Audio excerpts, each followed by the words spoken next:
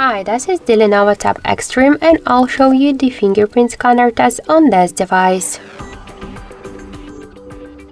I just set up my fingerprint here to the scanner on the power key button, and now I'll make a couple of tries to unlock the device with my fingerprint and we'll see how fast this option is and does it works. So let's start. 1, 2, 3, 4, 5.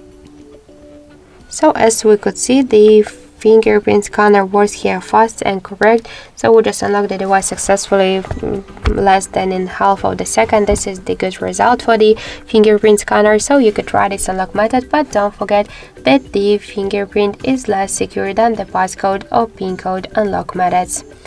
So thank you guys for watching, and if you like this video, leave thumbs up and subscribe our channel.